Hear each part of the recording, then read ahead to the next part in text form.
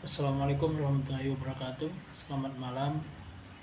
Perkenalkan, saya Hermi Andika, NPM 2327101578. Pada kesempatan kali ini saya akan mempresentasikan terkait dengan XLG yang merupakan sebagai ujian UTS susulan pada mata kuliah Termodinamika 2, di mana dosen pengampunya yaitu Bapak Pedro da Silva, ST, MT. Sebelum kita masuk ke dalam pembahasan XLG, terlebih dahulu kita mereview terkait dengan hukum 2 termodinamika, di mana energi dan benda dapat diubah ke bentuk lain dengan mengkonsumsi kualitas energi atau benda tersebut, di mana sebuah energi dapat diubah ke dalam bentuk lainnya, di mana kualitas dapat ditingkatkan, akan tetapi hal ini hanya dapat dilakukan dengan biaya besar yang berupa penurunan kualitas yang lebih besar di tempat lain gitu. Sehingga di sini kita lihat adanya penurunan gitu, tapi dengan penaikan jumlah biayanya, sehingga boleh dikatakan tidak ekonomis gitu. Kemudian, menurut hukum 2 termodinamika, kualitas energi selalu menurun setiap energi digunakan dalam suatu proses gitu.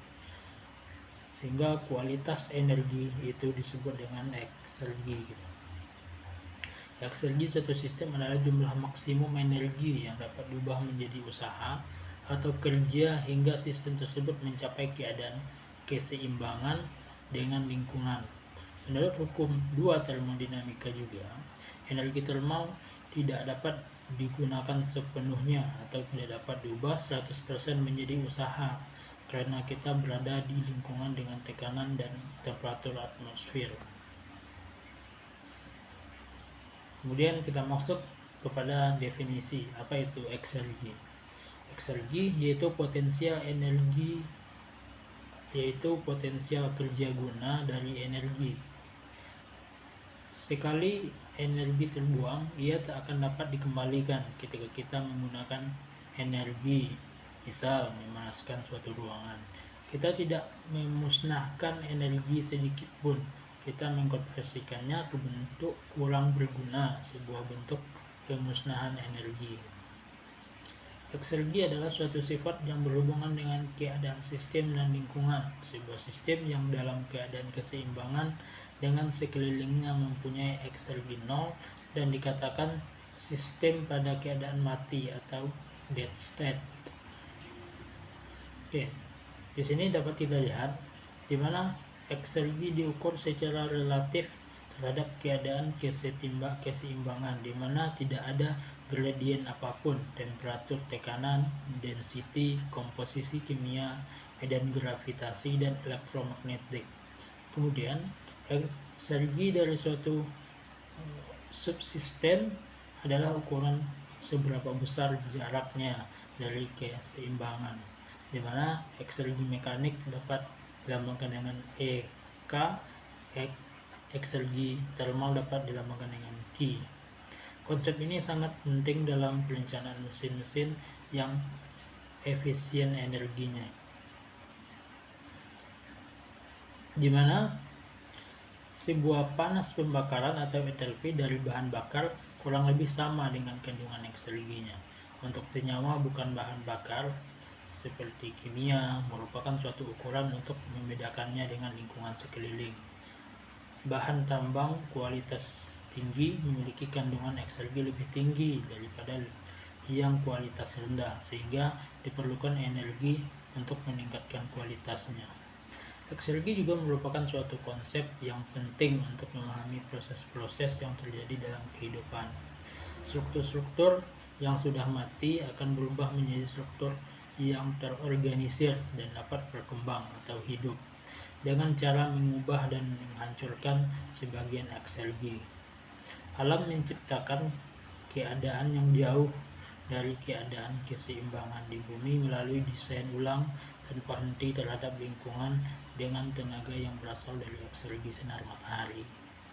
Eksergi merupakan selisih entalpi bebas, energi Gibbs, antara pembawa energi dengan senyawa referensi di lingkungan alam.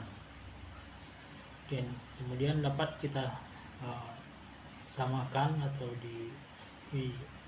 yaitu air laut memiliki U ataupun H yang luar biasa besar, akan tetapi kita tidak bisa memanfaatkannya karena berada dalam keseimbangan dengan lingkungan alam. Afinitas air laut terhadap lingkungan bumi sama dengan 0, air laut sama dengan 0. Senyawa pada T lebih besar dari TATM atau T lebih kecil dari TATM mengandung sejumlah energi yang dapat diubah menjadi kerja, sehingga E lebih besar dari 0. Gas pada P lebih besar dari PATM atau P lebih kecil dari PATM. Kemudian energi dari alam semesta selalu konstan, tetapi eksergi selalu berkurang, dimana energi akan selalu dengan jumlah yang tetap, namun eksergi akan berkurang. Hal ini dapat digambarkan dengan tab pasta gigi, dimana entropi energinya merupakan kemasan dan ekserginya adalah odol atau isi dalamnya, dimana ketika kita memberikan energi pada kemasannya, pada bungkus, sehingga ekserginya akan keluar, dimana eksergi itu akan berkurang, akan habis, namun energi ini akan tetap ada dan akan tidak habis gitu. Oke, jika kita hal ini juga bisa kita samakan dengan seperti kita membeli energi dari PLN. Sebenarnya yang kita beli adalah eksergi gitu. Kalau lampu listrik yang kita nyalakan cukup besar, maka lama-kelamaan ruangan akan terasa hangat. Kita tidak bisa mengambil kembali energi panas dari ruangan dan mengembalikannya ke PLN untuk ditukar dengan uang. Konsumsi energi di alam. Matahari menyinari seluruh permukaan bumi dengan intensitas yang sama.